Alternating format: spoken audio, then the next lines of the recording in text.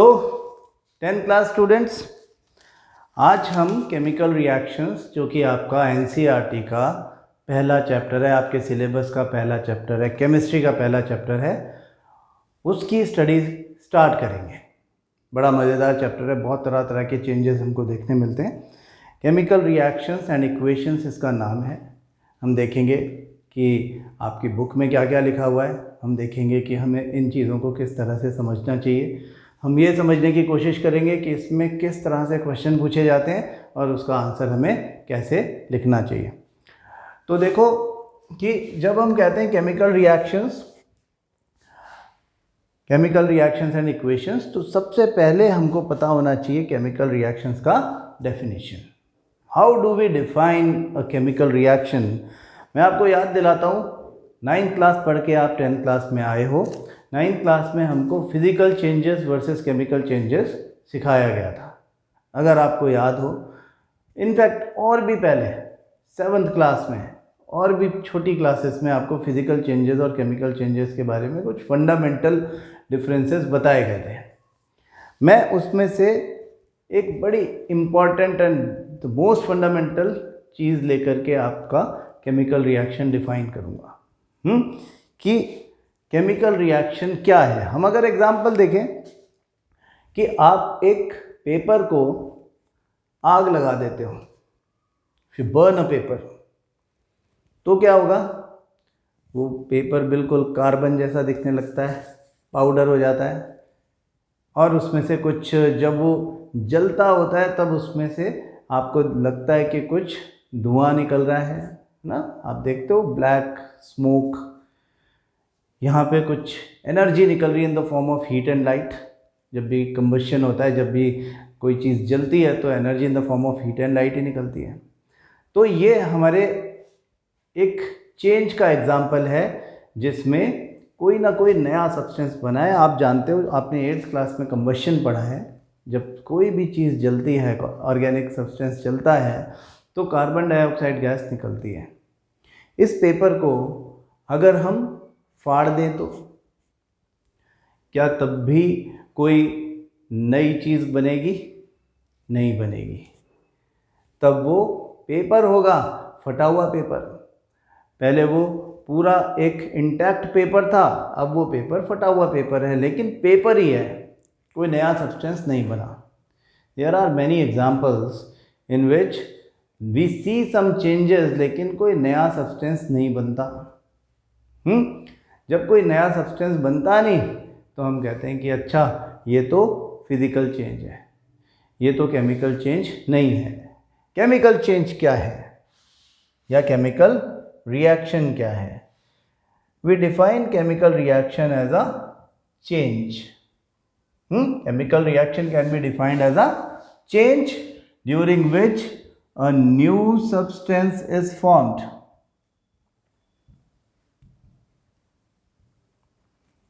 With entirely new chemical properties.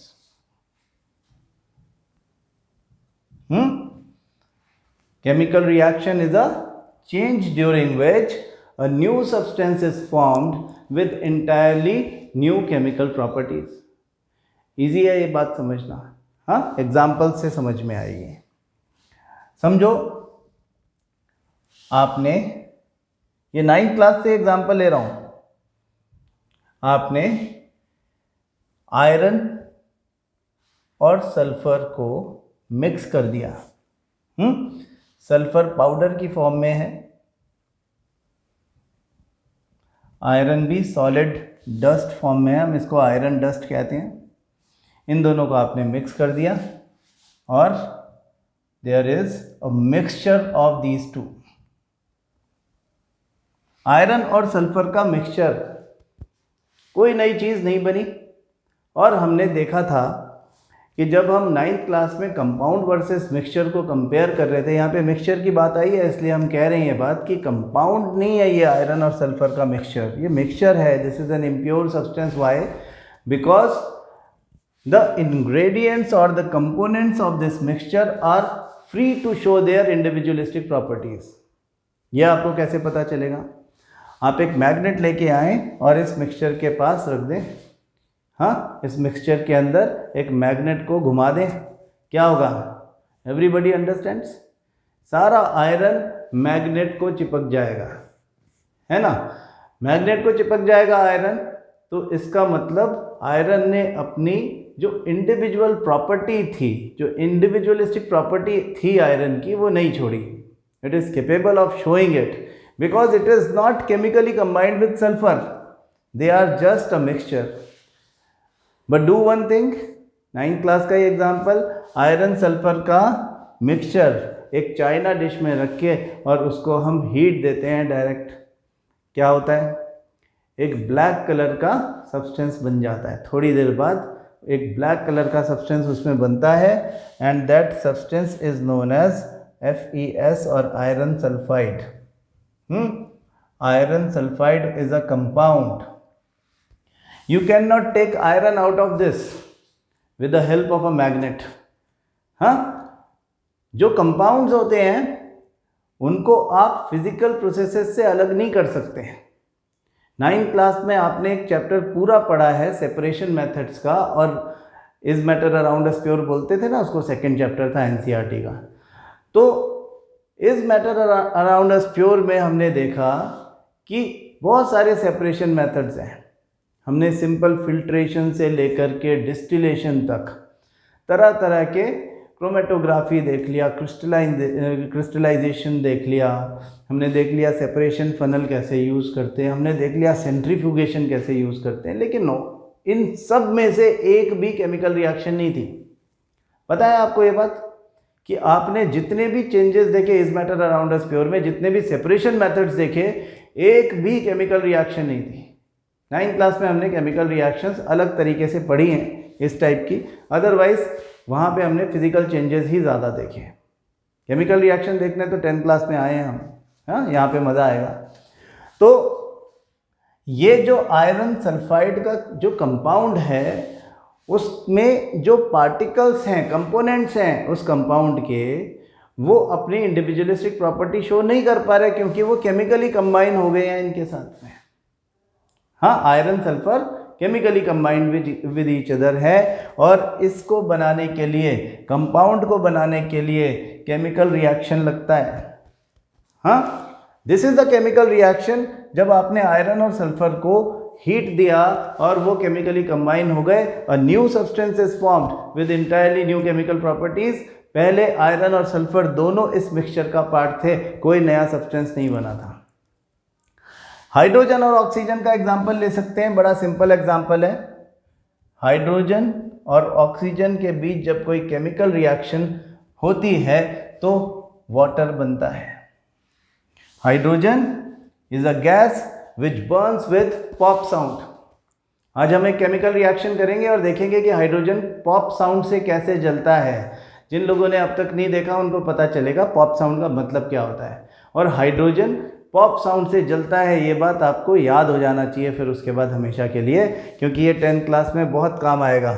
Hydrogen gas Burns with pop sound, इसका मतलब ये combustible substance है. आपने फ्यूल्स पढ़े तो उसमें एक एग्जाम्पल हाइड्रोजन का भी होता है कि ये जब जलता है तो बहुत सारी कैलोरीफिक वैल्यू निकलती है, यानी बहुत एनर्जी निकलती है. ठीक है. ऑक्सीजन खुद नहीं जलता है लेकिन जलने में हेल्प करता है. Oxygen helps in burning. Water, इन दोनों के केमिकल रिएक्शन से a new substance is formed that is known as water with entirely new chemical properties. Water जलता है क्या, या जलने में हेल्प कर सकता है क्या? बुझाता हो रहे तो, हाँ, बिल्कुल अलग. इन दोनों से इंटायरली न्यू केमिकल प्रॉपर्टीज वाला एक नया सब्सटेंस बन गया. सिमिलर एग्जांपल ले लो. हाँ, ऐसा ही एग्जांपल ले सकते हैं हम कार्बन और ऑक्सीजन का. Carbon is combustible. Carbon is combustible. Coal आप सब जानते हो, जलता है वो तो. और ऑक्सीजन के साथ में रिएक्शन हुआ, कार्बन डाइऑक्साइड बना. Carbon dioxide is a known fire extinguisher. आप छोटी क्लासेस से समझते हो, कंबस्शन जब देखा था हम किस तरह से फायर एक्सटिंग्विशर बनाते हैं, आपका एक जो होममेड फायर एक्सटिंग्विशर होता है, आपको शायद याद हो, हमने कहा था कि शायद 8th क्लास में थोड़ी बहुत बात उसके बारे में की थी कि हम बेकिंग सोडा को सल्फ्यूरिक एसिड में डालेंगे तो कार्बन डाइऑक्साइड निकलेगा और वो कोई भी फ्लेम को एक्सटिंग्विश कर देगा, बुझा देगा। तो जब कोई केमिकल रिएक्शन होती है तब एक नया सब्सटेंस बनता है with entirely new chemical properties. This is the definition of our chemical reaction. फिर से देखो, chemical reaction can be defined as a change during which a new substance is formed with entirely new chemical properties. With examples हमने ये चीज़ देख ली, लेकिन इसके साथ हम कुछ और चीज़ें ऐड करना चाहते हैं, कुछ और बातें समझना चाहते हैं। क्या समझना चाहते हैं? हम ये समझना चाहते हैं कि क्या केवल ये डेफिनेशन से बात पूरी तरह से समझ में आ जाती है? Actually there are some characteristics of chemical reactions. Chemical reaction के कुछ कैरेक्टरिस्टिक्स भी होते हैं। यानी केमिकल रिएक्शन के दौरान क्या क्या ऑब्जर्वेबल हो सकता है, क्या हो सकता है कि जब केमिकल रिएक्शन हो रही हो तो हम क्या एक्सपेक्ट कर सकते हैं। हाँ, तो यहाँ हम बात करते हैं characteristics of chemical reaction. Characteristics of chemical reaction की हम बात करेंगे, और कैरेक्टरिस्टिक्स ऑफ केमिकल रिएक्शन में हम ये समझने की कोशिश करेंगे कि कैरेक्टरिस्टिक्स का एक्चुअली सिग्निफिकेंस है क्या। So there are 5 characteristics of chemical reactions which you may observe when a chemical reaction is taking place. क्या? Number 1, you can observe a change in state. You can observe. जरूरी नहीं है कि हो ही हो, लेकिन you may observe change in state, कि कोई केमिकल रिएक्शन हुई तो उसमें एक स्टेट बदल गई। स्टेट आप समझते हो, स्टेट ऑफ मैटर की बात हो रही है। ये नहीं कि राजस्थान का हरियाणा हो गया, ऐसी नहीं बात हो रही, स्टेट बदल जाएगा। हाँ, हम यहाँ रिएक्शन करेंगे, आप दूसरे स्टेट में पहुँच जाओगे, ऐसा नहीं है, आपकी बात नहीं हो रही है, रिएक्टेंट्स की बात हो रही है। जो केमिकल रिएक्शन करते हैं उनको रिएक्टेंट्स बोलते हैं। तो रिएक्टेंट्स जब रिएक्ट करते हैं, तो जैसे अभी हमने थोड़ी देर पहले कहा था कि hydrogen reacts with oxygen. What is hydrogen? Hydrogen is a gas. There are 3 states of matter, आपने पढ़ा था नॉर्मल सर्कमस्टेंसेस में। There are 3 states of matter, solids, liquids and gases. 9th class में सीखे थे। गैस, गैस, हाइड्रोजन ऑक्सीजन दोनों gases हैं, लेकिन वाटर स्टैंडर्ड रूम टेम्परेचर पे लिक्विड फॉर्म में होता है। जब तक आप उसको फ्रीज ना कर दें या जब तक आप उसको वेपर में ना कन्वर्ट कर दें, तब तक वो लिक्विड फॉर्म में होता है, लिक्विड स्टेट में होता है। तो ऐसी रिएक्शन में आप चेंज इन स्टेट देख सकते हो। चेंज इन टेम्परेचर, हो सकता है कि टेम्परेचर बदल जाए ड्यूरिंग अ केमिकल चेंज। हाँ, ड्यूरिंग अ केमिकल रिएक्शन कभी कभी क्या होता है कि ये हो जाता है, क्या हो जाता है? टेम्परेचर बदल जाता है। क्यों बदल जाएगा? या तो एनर्जी रिलीज हो जाएगी या तो एनर्जी उसमें इन्वॉल्व होगी, उसमें खर्च हो जाएगी। एक्सोथर्मिक एंड एंडोथर्मिक रिएक्शंस के नाम आपने ज़रूर सुने होंगे छोटी क्लासेस में। इसका मतलब सेल्फ एक्सप्लेनेटरी है कि समझिए ये हमारे पास एक फ्लास्क है जिसमें कोई रिएक्शन हो रही है और उस रिएक्शन से हीट निकल के सराउंडिंग्स में जा रही है। हाँ, so when heat goes out the reaction is exothermic. Exit से वर्ड बना है। एग्जिट मतलब बाहर जाना। आप मूवी देखने जाते हो ना सिनेमा थिएटर में, तो वहाँ पे जब बाहर निकलने का रास्ता रहता है उधर लिखा रहता है एग्जिट, जिससे कि लोग उधर आने वाली साइड में ना चले जाएं आमने सामने से, नहीं तो लोग भिड़े। इधर से आने का, उधर से जाने का होता है ना ऐसा। तो वो जो एग्जिट होता है वहीं से एक्सो आया, एक्सोथर्मिक हीट जहाँ से बाहर जिस रिएक्शन में इवॉल्व हो जाती है, हीट इवॉल्व हो जाएगी तो क्या होगा, कंटेनर गर्म हो जाएगा। हम देखेंगे एग्जांपल, समझेंगे। एंडोथर्मिक रिएक्शन, ऐसा रिएक्शन जिसमें एनर्जी एब्जॉर्ब हो जाती है, उसको हम एंडोथर्मिक रिएक्शन बोलते हैं, जहाँ पे हीट एब्जॉर्ब हो जाए। कई ऐसी रिएक्शन होती हैं जैसे थर्मल डीकम्पोजिशन रिएक्शन जिसमें हीट ली जाती, जैसे एक एग्जांपल लेता हूँ मैं, lead nitrate PbNO3 whole twice, आपकी बुक का ही ले रहा हूँ, आपकी बुक में ये एग्जांपल है, आपकी बुक में ये एग्जांपल दिया हुआ है, वही ले रहा हूँ। लेड नाइट्रेट सॉलिड है और इसको आप हीट कर रहे हो, आप इसे गर्म कर दे रहे हो। ये वाइट कलर का पाउडर होता है, इसको आप हीट कर रहे हो एक बॉइलिंग ट्यूब में डाल के, और थोड़ी देर बाद क्या होता है, यू सी दैट एक रेडिश ब्राउन कलर की गैस इवॉल्व होने लगती है। वो गैस है NO2, नाइट्रोजन डाइऑक्साइड। नीचे दिखता है PbO, मतलब लेड ऑक्साइड, एक येलो कलर का रेजिड्यू वो जो नीचे बच जाए आफ्टर अ रिएक्शन, जो बचा खुचा सॉलिड होता है उसको हम रेजिड्यू बोलते हैं। ऑक्सीजन गैस इवॉल्व होती है। कैसे पता चलेगा ऑक्सीजन गैस इवॉल्व हुई है, कि आप अगर टेस्ट ट्यूब के पास कोई जलता हुआ कैंडल लेके जाओगे, वो और ज़्यादा चमक के साथ जलने लग जाएगा, क्योंकि हमें पता है ये बात कि ऑक्सीजन सपोर्टर है कंबशन का। तो लेड नाइट्रेट को हीट किया, यानी आपने उसमें हीट दे दी, उस रिएक्शन में हीट आपको बाहर से देना पड़ी, वो हीट को यूज़ करके लेड नाइट्रेट का डीकम्पोजिशन हो गया, हम इसको थर्मल डीकम्पोजिशन बोलते हैं। येलो कलर का रेजिड्यू बना, रेडिश ब्राउन कलर की गैस बनी, गैस इवॉल्व हो गई और ऑक्सीजन भी बना। तो यहाँ पे हम एक और चेंज का एग्जाम्पल ले लेते हैं। द थर्ड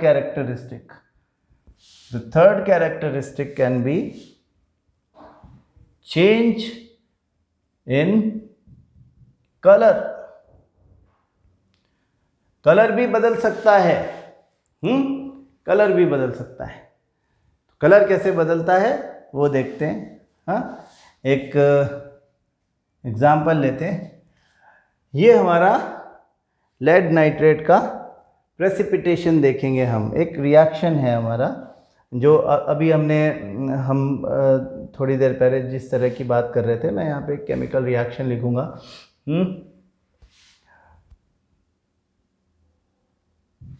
यहाँ पे हम लिख रहे हैं same PbNO3 whole twice lead nitrate. Lead nitrate का रिएक्शन पोटेशियम आयोडाइड के एक्वस सॉल्यूशन के साथ, ये भी एक्वस सॉल्यूशन है और ये भी एक्वस सॉल्यूशन है। एक्वस सॉल्यूशन क्या होता है? एक्वा मतलब वाटर, एक्वस सॉल्यूशन मतलब किसी सॉल्ट को वाटर में डाल के डिसॉल्व कर दिया जाए तो हम उसको उस सॉल्ट का एक्वस सॉल्यूशन बोलते हैं। समझ आई कि नहीं आई? सिंपल बात है, एक्वस सॉल्यूशन बना दिया। आप अपने सॉल्ट को, सोडियम क्लोराइड को पानी में डाल दोगे तो वो सोडियम क्लोराइड का एक्वस सॉल्यूशन बन जाएगा। तो लेड नाइट्रेट और पोटेशियम आयोडाइड दोनों के बारे में मैं बता दूं आपको। दोनों वाइट कलर के पाउडर्स हैं, दोनों को आप पानी में डाल दोगे तो कलरलेस एक्वस सॉल्यूशंस बनते हैं। यानी इसका भी कोई कलर नहीं है, इसका भी कोई कलर नहीं है। मैंने लिखा है C.L. Colourless. Don't get confuse by any abbreviation. और इससे क्या होगा? इससे जैसे ही ये रिएक्शन करते हैं वैसे ही एक येलो कलर का प्रेसिपिटेट बनता है, PbI2, येलो प्रेसिपिटेट। आप बोलोगे सर ये प्रेसिपिटेट क्या है? प्रेसिपिटेट को मैं एब्रीविएटेड फॉर्म में लिख रहा हूँ, PPT। Precipitate, what is precipitate? Precipitate is an insoluble substance formed as a result of a chemical reaction। किसी केमिकल रिएक्शन के दौरान जब कोई इनसॉल्युबल सब्सटेंस बनता है तो हम उस इनसॉल्युबल सब्सटेंस को पीपीटी या प्रेसिपिटेट बोलते हैं। साथ में एक और एक्वा सॉल्यूशन बनता है पोटेशियम नाइट्रेट KNO3। इस रिएक्शन को हम यहाँ स्क्रीन पर होता हुआ देखेंगे। हम कुछ चीज़ों को अपने वीडियोस में स्क्रीन पे देखेंगे और कुछ चीज़ों को हम यहाँ पर करके देखेंगे। हाँ, what ever is possible, chemistry है, मज़ा आएगा।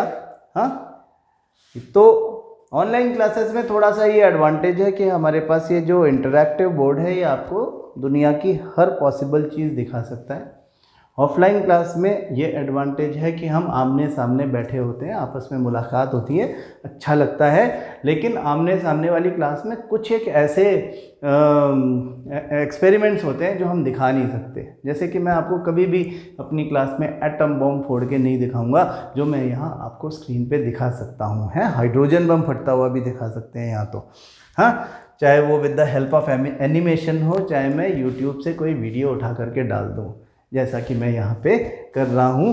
हाँ, हमने किसी का वीडियो ले लिया है मतलब कि चला रहा हूँ मैं यहाँ पे और आप यहाँ से वीडियो से दिख रहा है ना, मैंने बनाया नहीं है ये वीडियो। मैं इस एक्सपेरिमेंट को अपने आप यहाँ पे करके दिखा दूँगा क्योंकि आगे हमको इसको करना है। आज हम कोई और एक्सपेरिमेंट देखेंगे। फ़िलहाल आप ये देखें कि ये केमिकल इक्वेशन थी, आप चाहो तो इसको लिख के रख लो और यहाँ पे ये होता हुआ आपको दिखाई देगा।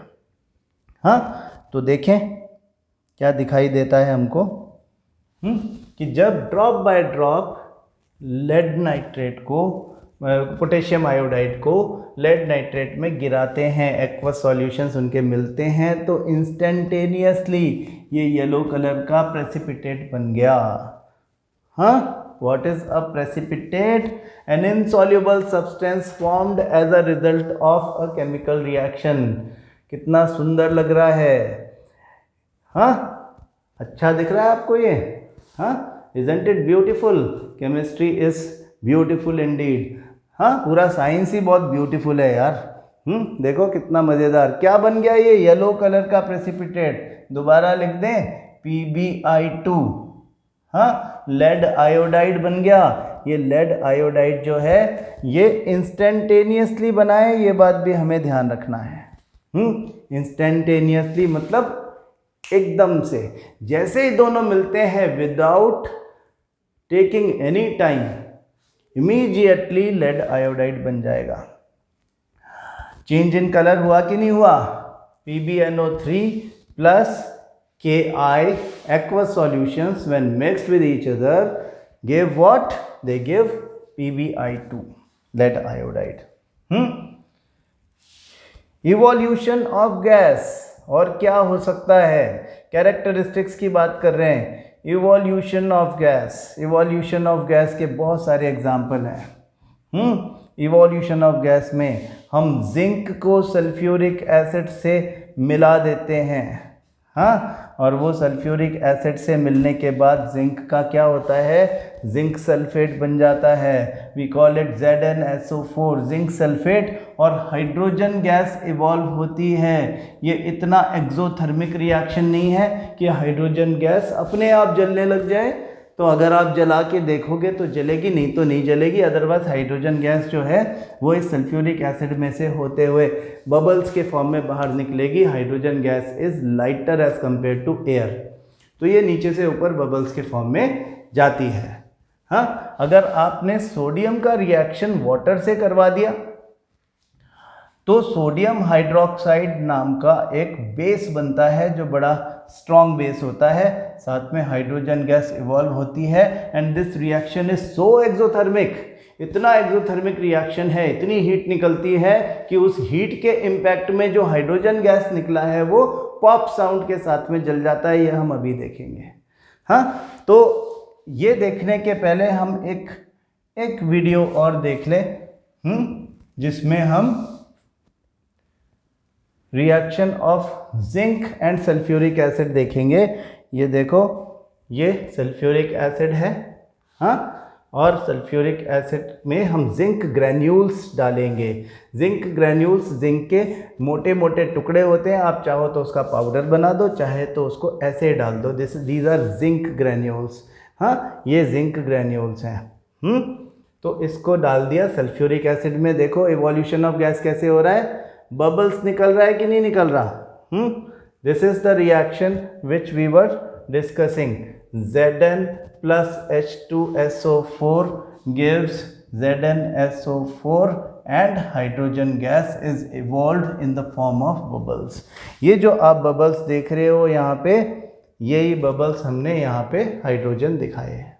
हाँ दिखता है बबल्स, हाँ आई एम श्योर आपको पता चल रहा होगा कि ये इस तरह से दिखाई पड़ता है। तो हम देखते हैं कि सोडियम का रिएक्शन किस तरह से वाटर के साथ में होता है। मेरे पास एक बॉइलिंग ट्यूब है काम करने के लिए। बॉइलिंग ट्यूब थोड़े से टफन्ड ग्लास की होती है, इतनी आसानी से ये टूटती नहीं है। हाँ मैंने इसको एक स्टैंड के ऊपर रखा हुआ है। आई होप ये आपको दिखाई पड़ रहा होगा। मेरे पास सोडियम मेटल है।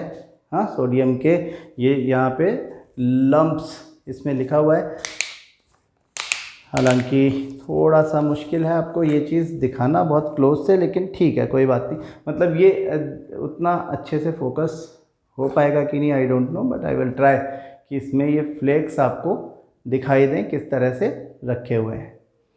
अब देखो ये फ्लेक्स आपको दिखे या नहीं दिखे ऐसे तो पता नहीं, लेकिन मैं आपको इसे निकाल के दिखा देता हूँ। एक कोई सा सोडियम का, अब sodium is a soft metal, समझो बात। सोडियम सॉफ्ट मेटल है ना, आपको पता है ये बात। सोडियम सॉफ्ट मेटल होती है। It can be cut by knife, आप इसको काट भी सकते हो। ये वैसा मेटल नहीं है जैसे आयरन वगैरह है। तो और ये बहुत ज़्यादा रिएक्टिव है, तो इसको हम केरोसिन में या पैराफिन में डुबा के रखते हैं। हाँ ये देखो ये एक सोडियम का बड़ा फ्लेक है। मैं इसका छोटा सा टुकड़ा तोड़ूंगा और उस छोटे से टुकड़े को तोड़ करके क्या कर दूंगा, उस टुकड़े को पहले तो मैं एक मेरे पास ब्लॉटिंग पेपर है। ब्लॉटिंग पेपर आप समझते हो ऐसा, ये ब्लॉटिंग पेपर से इसका ये अपन हटा देंगे। इस पे जो पैराफिन है उसको अपन थोड़ा सा सुखा देंगे। कैसे रखा हमने, ये ब्लॉटिंग पेपर है, ब्लॉटिंग पेपर के ऊपर इस फ्लेक्स को रख के और इसे क्लीन कर देते हैं। हाँ जिससे कि पैराफिन एब्जॉर्ब हो जाए इसमें, क्योंकि पैराफिन तो रिएक्शन ही नहीं करने देगा इसको। इसीलिए तो डाला है इसको पैराफिन में कि ये इसको रिएक्शन करने से रोक सके। तो देखें क्या कर रहा हूँ मैं इसमें से एक छोटा सा टुकड़ा तोड़ के और अपनी बहुत छोटा टुकड़ा लिया मैंने। बचा हुआ सोडियम अंदर छोड़ दिया और इसको इस बॉइलिंग ट्यूब में गिरा लेते हैं। हमें क्या करना है, वाटर के साथ में रिएक्शन करवाना है इसकी। तो वाटर के साथ में रिएक्शन कैसे होगी वो हम देखेंगे। आपको ये वाला इक्वेशन ध्यान रखना है। सोडियम मैंने ले लिया, इसमें मैं वाटर गिरा दूंगा और उसके साथ जो रिएक्शन होगी उसमें हाइड्रोजन गैस निकलेगी and it is highly exothermic reaction. तो वो बहुत विगरस रिएक्शन होती है। हाइड्रोजन गैस पॉप साउंड के साथ में जल भी जाती है।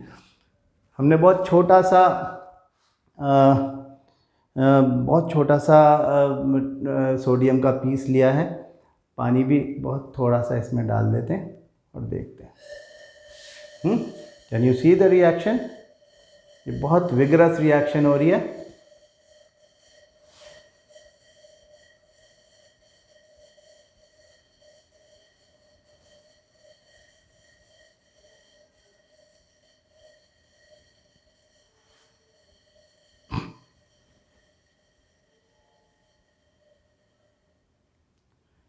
इस रिएक्शन में हाइड्रोजन धीरे धीरे जला, जिसका धुआं हमको दिखाई दे रहा है क्योंकि हमने पानी थोड़ा सा ज़्यादा लिया एज़ कंपेयर टू सोडियम के। हाँ सोडियम का टुकड़ा छोटा था और पानी थोड़ा सा ज़्यादा था। तो मैं एक और छोटा सा टुकड़ा इसके अंदर डाल के देखता हूँ कि क्या होता है।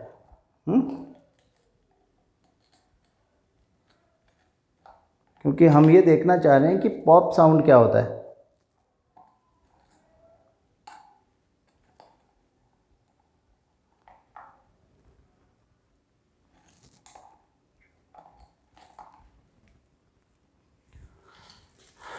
तो हमने एक और पीस लिया है, हालांकि ये भी छोटा सा है लेकिन देखते हैं।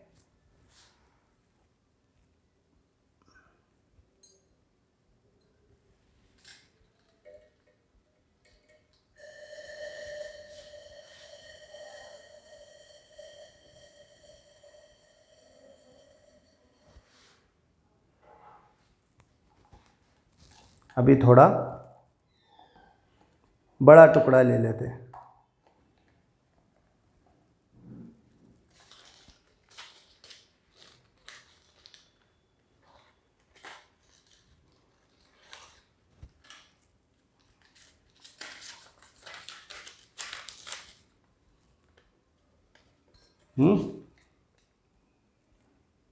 तो देखेंगे क्या होता है।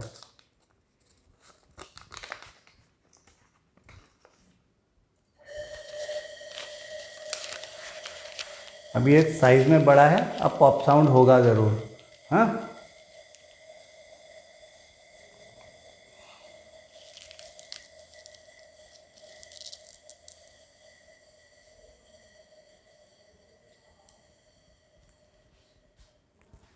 इस बार भी नहीं हुआ। क्यों नहीं हुआ? क्योंकि इसमें अभी सोडियम हाइड्रोक्साइड बन गया है बहुत सारा, वाटर की थोड़ी सी कंटेंट कम है। तो मैं क्या करूँगा कि इसको हटा देता हूँ और इसमें फिर से पानी डालूँगा, फ्रेश वाटर डालूँगा।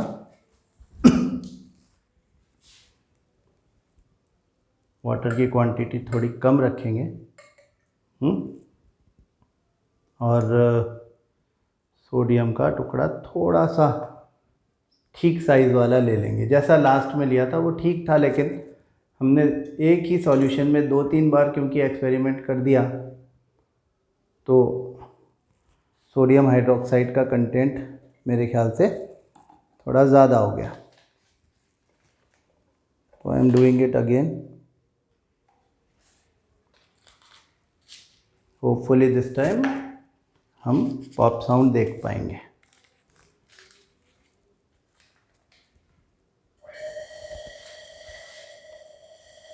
यस, हाँ, this is called pop sound.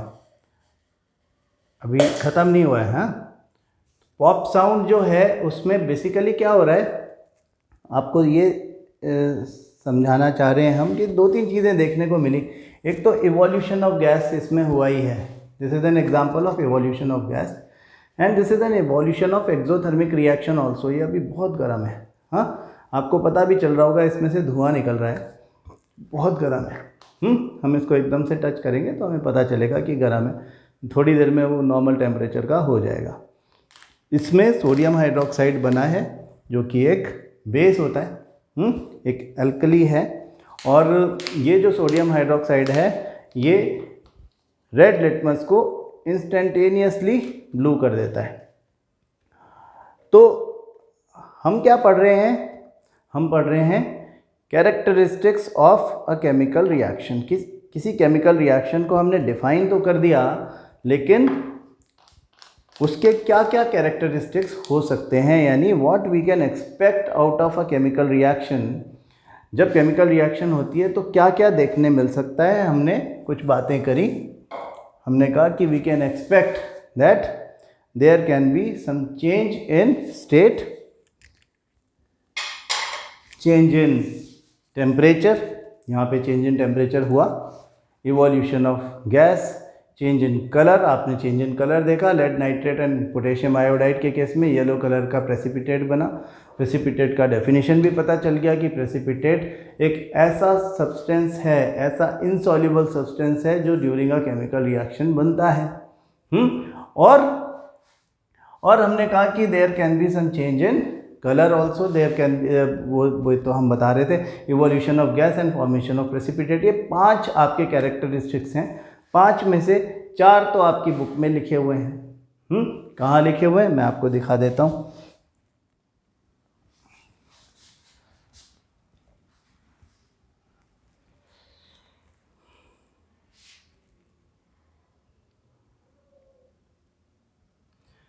ये जो केमिकल रिएक्शन एंड इक्वेशंस आपकी बुक में आप देखोगे तो जिंक और हाइड्रोजन गैस का इवोल्यूशन हमने अभी देखा है। जो सेकंड पेज है, मतलब इसको हम सेकंड पेज मतलब आपकी बुक का पेज 2, तो ये जो पेज 2 है इसमें आप देखोगे यहाँ पे फर्स्ट पैराग्राफ में कि अ केमिकल रिएक्शन मतलब we can say that any of the following observations help us to determine whether a chemical reaction has taken place: change in state, change in color, evolution of a gas, change in temperature। और हमने इसमें एक चीज़ क्या add कर दी है, formation of precipitate, PPT, formation of precipitate।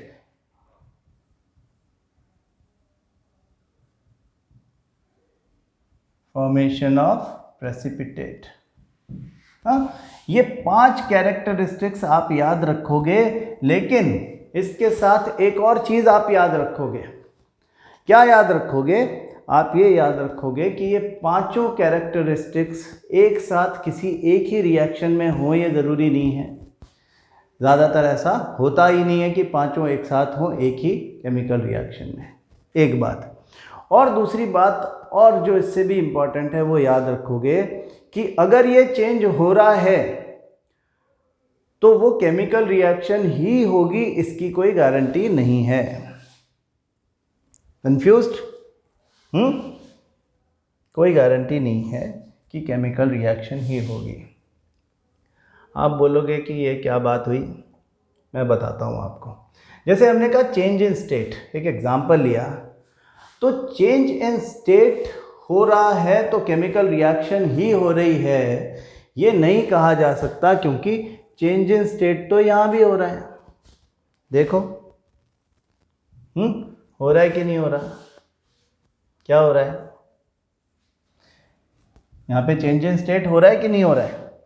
देखो यहाँ पे आप एक लिक्विड को, वाटर को गर्म कर रहे हो और स्टीम बाहर आ रही है। वाटर इज गेटिंग इवापोरेटेड और वेपोराइज्ड। यहाँ पे water is getting converted into ice cubes, वो आइस क्यूब में कन्वर्ट हो गया है। हाँ, तो कोई नया सब्सटेंस बना क्या? नहीं बना। हाँ, नया सब्सटेंस नहीं बना। आप बोलोगे कैसे? This is H2O in gaseous form. This is also H2O in solid form. ये अभी भी H2O है, ये पहले भी H2O था। नया सब्सटेंस बना ही नहीं, और नया सब्सटेंस अगर नहीं बना तो फिर हम कैसे कह सकते हैं कि ये केमिकल रिएक्शन होगा? केमिकल रिएक्शन होने की पहली शर्त है कि a new substance has to be formed with entirely new chemical properties. Am I making a sense? Yes. आपको याद रखना है कि चाहे स्टेट चेंज हो जाए, जैसा कि यहाँ हुआ, ये केमिकल रिएक्शन नहीं है। टेम्परेचर चेंज हो जाए, टेम्परेचर तो आपकी साइकिल का भी चेंज हो जाता है, आपकी स्कूटी का भी चेंज हो जाता है जब वो धूप में खड़ी रहती है। कोई नया सब्सटेंस बन जाता है क्या? आपकी स्कूटी कोई कुछ और थोड़ी बन जाती कि स्कूटी खड़ी करके गए थे जी, सल्फर का ढेर बन गया, हाँ केमिकल रिएक्शन हो गई होगी। नहीं होता ना, ऐसा होगा भी नहीं। तो it is a physical change only. Temperature change हो रहा है लेकिन नया सब्सटेंस नहीं बन रहा। चेंज इन कलर, कलर तो होली पे भी चेंज हो जाता है, हाँ पेंटिंग करते हैं तो भी चेंज हो जाता है। तो केमिकल रिएक्शन थोड़ी होती है। आप पेंट करते हो, ड्राइंग पेंटिंग करते हो, दीवारों पे कलर करते हो, लेकिन केमिकल रिएक्शन नहीं है, नया सब्सटेंस नहीं बन रहा है। हाँ, इवोल्यूशन ऑफ गैस, बलून फोड़ दोगे तो इवोल्यूशन ऑफ गैस है। हाँ, इवोल्यूशन ऑफ गैस हुआ, लेकिन नया सब्सटेंस नहीं बना। Formation of a precipitate, number 5, formation of a PPT, formation of a precipitate. हाँ, कई बार हम दो चीज़ों को मिलाते हैं तो भी ऐसा लगता है कि कुछ रेजिड्यू नीचे में, कुछ प्रेसिपिटेट नीचे आ गया, insoluble substance in the solution आ गया। जैसे आपने अपने टेस्ट ट्यूब में पानी भरा और उस पानी में खूब सारी सैंड डाल दी, तो वो सैंड नीचे इकट्ठी हो जाएगी ना, इनसॉल्युबल सब्सटेंस भी है, लेकिन केमिकल रिएक्शन है ही नहीं, नया सब्सटेंस बना नहीं। वो पहले भी सैंड था, ये पहले भी वाटर था, वो अब भी सैंड है, अब भी वाटर है। तो कहने का मतलब ये है कि केमिकल रिएक्शन का जो डेफिनेशन है वो ही सबसे इम्पॉर्टेंट है। जो कैरेक्टरिस्टिक्स हैं वो सपोर्ट कर रहे हैं, these are the observations expected. हो सकता है कि ये ऑब्जर्वेशन आपको दिखाई दें किसी केमिकल रिएक्शन में। आपने कुछ एग्जांपल्स भी देखे, किसी में 2 दिख रहे हैं, किसी में 3 दिख रहे हैं, किसी में 1 ही दिख रहा है, किसी में ज़्यादा दिख रहे हैं, किसी में कम दिख रहे हैं, लेकिन एक चीज़ बराबर हो रही है हर केमिकल रिएक्शन में। वो क्या? नया सब्सटेंस बन रहा है। ऐसा कोई केमिकल रिएक्शन हो ही नहीं सकता जिसमें कोई नया सब्सटेंस फॉर्म ना हो। अगर नया सब्सटेंस फॉर्म नहीं होता तो चाहे कितना भी फैसिनेटिंग चेंज हमको वो दिखाई देता हो, वो केमिकल रिएक्शन नहीं है। तो आज आपने 2 बातें सीखी। एक तो केमिकल रिएक्शन क्या होता है, how it is different from a physical change. हमने कहा chemical reaction is a change during which a new substance is formed with entirely new chemical properties. दूसरी चीज़ हमने सीखी कि what are the various characteristics of a chemical reaction. किसी chemical reaction के दौरान हम क्या क्या ऑब्जर्वेशंस एक्सपेक्ट कर सकते हैं। हाँ, होप आपको मज़ा आया होगा। केमिस्ट्री बड़ी मज़ेदार है, बड़ी आसान है। थोड़ा थोड़ा केमिस्ट्री को आप, आज की क्लास पहला दिन है, आप थोड़ा थोड़ा समझने लगे होंगे। अब आप अपनी बुक में देखें, ये आपकी बुक है एनसीईआरटी, उसी का एक पार्ट हमने लिया है। ऐसा दिखता है आपका chapter chemical reactions and equation. इसको ध्यान से पढ़ो। यहाँ पे लिखा हुआ है physical change, chemical changes, different chemical changes के एग्जांपल्स यहाँ पे लिखे हुए हैं, जिसमें आपको दिख रहा है कि मिल्क अगर रूम टेम्परेचर पर छोड़ दिया जाए तो क्या चेंजेस होते हैं। आयरन तवा जो होता है उसको ह्यूमिड एटमॉस्फेयर में रख दिया जाता है तो वो कैसे रस्टिंग हो जाती है। ग्रेप्स का फर्मेंटेशन हो जाता है, फूड की कुकिंग होती है, वो भी केमिकल चेंज है। हमारी बॉडी में जो फूड का डाइजेशन होता है वो भी केमिकल चेंज है। और हमारा रेस्पिरेशन जो कि सेल में होने वाली एक केमिकल रिएक्शन है, वो भी केमिकल रिएक्शन के एग्जांपल्स हैं। तो यहाँ पे कुछ एग्जांपल्स दिए हुए हैं। ये आपके स्कूल में होने वाले एग्ज़ाम के 1 मार्क क्वेश्चंस हो सकते हैं। फिर यहाँ पे एक मैग्नीशियम रिबन का कंबशन है, इसको हम देखेंगे। ये भी एक केमिकल रिएक्शन, काफ़ी पॉपुलर है। और बस थोड़ा सा हमने पढ़ा है, तो यहाँ तक आप चीज़ों को पढ़ें और कोई भी बात समझ में नहीं आए, एक एक वर्ड आपने पढ़ना है, कोई बात समझ में नहीं आएगी तो आप मुझसे पूछ लोगे। जिस व्हाट्सएप नंबर पे आपको ये लिंक मिलता है उसी व्हाट्सएप नंबर पे आप क्वेश्चन भी पूछ सकते हो। हाँ, तो I hope you have enjoyed this. Chemistry में आपको थोड़ा इंटरेस्टिंग कुछ लगा होगा। आगे और आराम से हम इस चीज़ को समझेंगे। हम बहुत सारे एग्जाम्पल्स लेंगे। कल से हम केमिकल इक्वेशंस के बारे में पढ़ना शुरू करेंगे और देखेंगे कि how a chemical reaction is represented symbolically with the help of symbols. क्या क्या सिम्बल्स हम यूज़ करते हैं वहाँ पे। और साथ में ये भी सीखेंगे कि हम किस तरह से किसी केमिकल रिएक्शन को, किसी केमिकल इक्वेशन को मोर यूज़फुल बना देते हैं टू फॉर अंडरस्टैंडिंग। और सबसे इम्पॉर्टेंटली हम balancing of a chemical reaction सीखेंगे। हम ये सीखेंगे कि किस तरह से केमिकल रिएक्शंस जो हैं वो law of conservation of mass को फॉलो करती है। ठीक है, चलिए, तो आई होप आप इस चीज़ को एंजॉय कर रहे हैं। और कोई आपको ऐसा लगे कि कोई डाउट है तो आप व्हाट्सएप पे क्वेश्चन के फॉर्म में पूछ सकते हो। आप कॉल करके भी हमसे बात कर सकते हो। आप अगर चाहते हो कि कोई स्पेसिफिक क्वेश्चन जो आपके स्कूल्स में वर्कशीट की फॉर्म में आपसे पूछ लिया गया उसका हम आंसर दे दें तो हम ऐसा भी कर देंगे। हाँ, तो चलिए कल मिलते हैं डे 2 में केमिकल रिएक्शन के कुछ नए एग्जाम्पल्स के साथ। Thank you so much.